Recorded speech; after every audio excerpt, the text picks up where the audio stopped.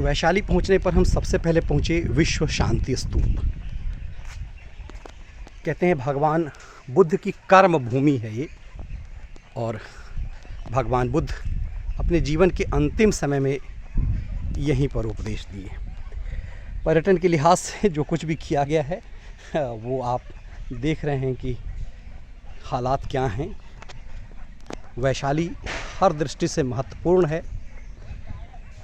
बौद्ध धर्म के लिए भगवान बुद्ध की कर्म भूमि है, और यहीं हम आपको दिखाएंगे कैसे भगवान महावीर की ये जन्मभूमि है और भारतीय लोकतंत्र से इसका क्या वास्ता है। इतने सब तमाम चीज़ों को समेटे हुए है वैशाली। तो सबसे पहले यही वो बौद्ध स्तूप है। ये इसलिए इस याद में बनाया गया कि कर्म भूमि कहा गया है। अंतिम समय में जो भगवान बुद्ध अपने जीवन के अंतिम समय में यहीं पर रहे, उसी की याद में ये विश्व शांति स्तूप है। कुछ टूरिस्ट दिख रहे हैं, आसपास के बच्चे हैं। सामान्यतः बहुत भीड़ भाड़ नहीं दिख रहा, और आपको ये हालात दिख रहे होंगे कि क्या है। और ये दाहिने तरफ जो हिस्सा है वो भगवान बुद्ध के लिहाज से ही उसी उद्देश्य से है। ये वो तालाब है। इस तरफ वो जलाभिषेक तालाब है, और ये विश्व शांति स्तूप।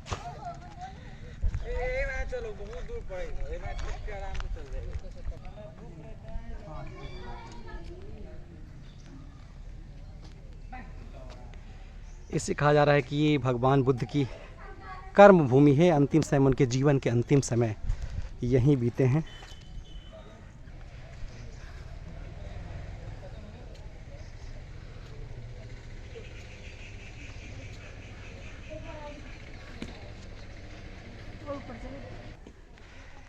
ये बुद्ध अपने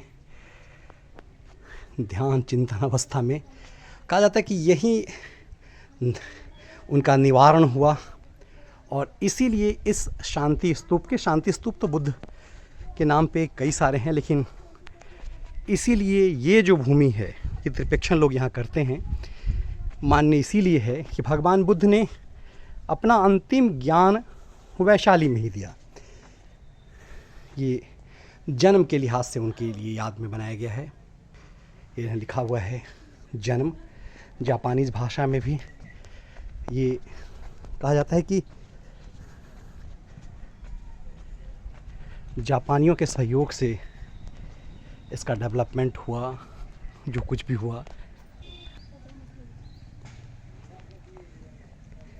शांति स्तूप का उद्घाटन जो है राष्ट्रपति जब थे शंकर दयाल शर्मा, उन्होंने किया था।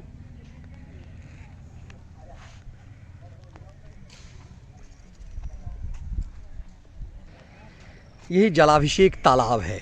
जलाभिषेक तालाब मतलब इसी तालाब में एक समय में स्नान करके राजा को जब जलाभिषेक राजगद्दी पे सौंपने से पहले इसी तालाब में नहलाया जाता था। और इसी ढंग का ग्रिल चारों तरफ जो आप देख रहे हैं, ये घिरा हुआ होता था कि इस तालाब में सिर्फ राज्याभिषेक हो सकता था और कोई भी आम आदमी इसमें स्नान नहीं कर सकता।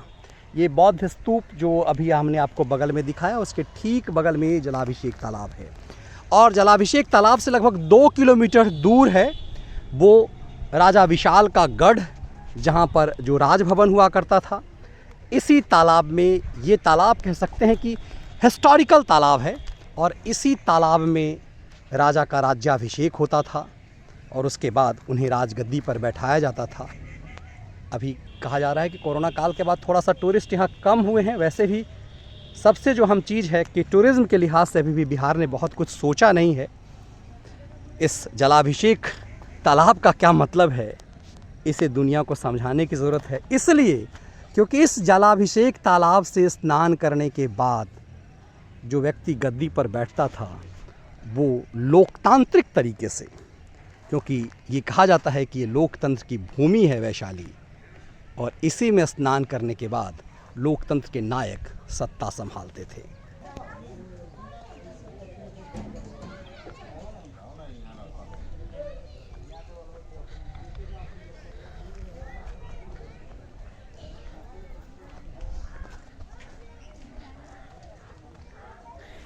ये भूमि है जहाँ भगवान के अस्थि कलश रखे गए, भगवान बुद्ध के अस्थि कलश।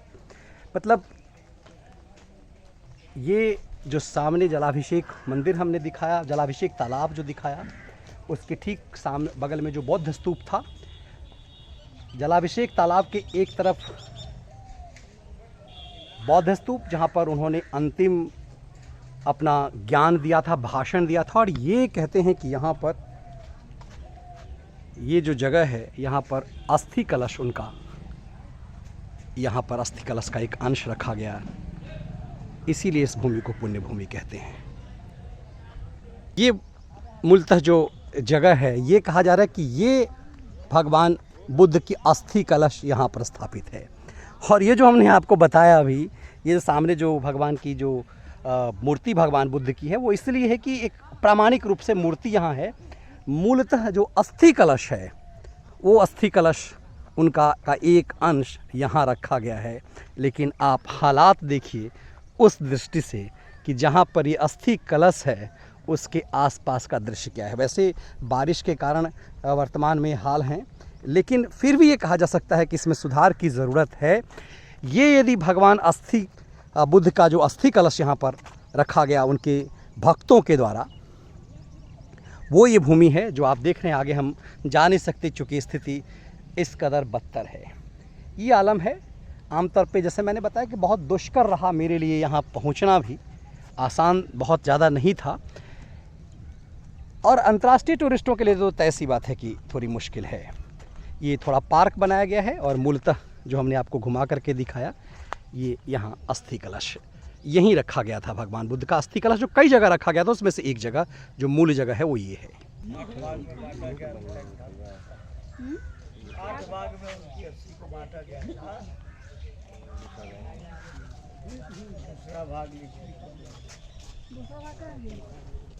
बाबा क्या है, अस्थि कलश है उनका? हाँ, बुद्ध का अस्थि कलश यहीं पर है। हाँ। कितने जगह आप बता रहे थे कि कितने जगह पे है उनका अस्थि? 8 जगह बताया।